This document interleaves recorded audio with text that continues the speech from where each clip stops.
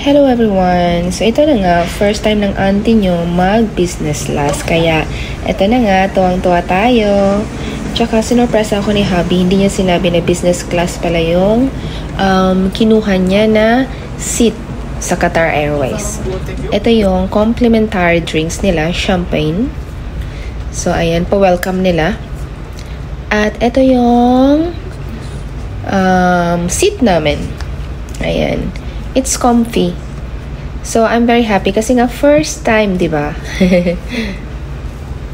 Ayan, meron silang palibreng, hindi ko alam kung anong tawag dito, pouch with perfume, facial cream, lotion, at saka lip balm.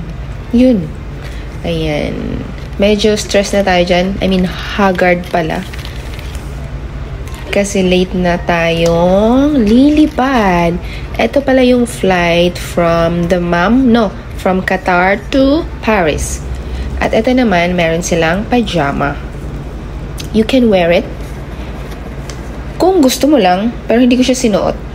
Hindi na ako nagpalit kasi hindi naman mahaba yung flight. Mga 6 hours lang siya.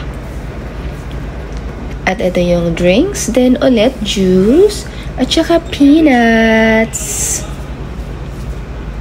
At ito yung food. Ito lang yung kinuha ko na food kasi sobrang antok ko na. Ayoko nang kumain, especially pag gabi na. So, nagkape na ako. Umaga na pala.